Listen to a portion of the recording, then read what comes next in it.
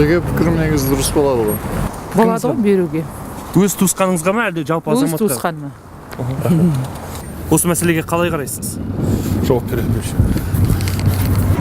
Бұл жағынан дұрыс, бұл жағынан дұрыс емес. Адами фактормен қарасақ, адамға көмектесу керек, бірақ біздің сенімімізге, дінге байланысты бұл қате пікір болып табылады, бұл күнә болып табылады. Екі жақты көзқараспен қараса да болады. Как вы Это относитесь? выбор каждого человека. А вы готовы дать свой орган другому человеку или своему родственнику, если он им нуждается? Да, Вы готовы? да.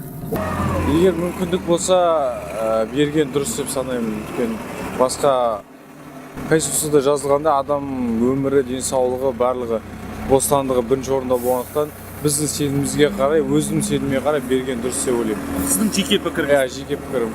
Егер мен денсаулығым мықты болып, өзімнің туған бауырманды өкпе бірдеңе керек болса, егер мен денсаулығыма ұштап тұрса беремін.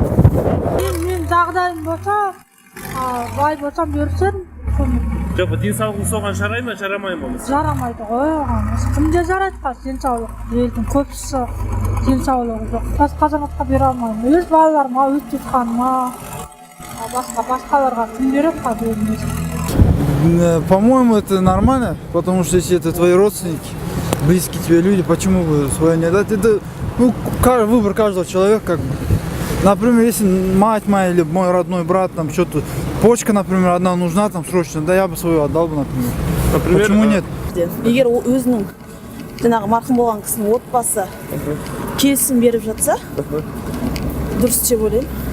Ал сосын өзіңіз өз ағзаңызды басқа азаматқа немесе туысқаныңызға беруге дайынсыз ба жалпы?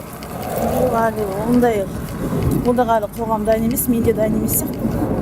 Бірақ нақты зерттеп біліп, егер шынымен де мұқтаж адамдар болып жатса, келісетін шығармын. Сіздің жеке пікіріңіз беруге дайынсыз? Дайынмын.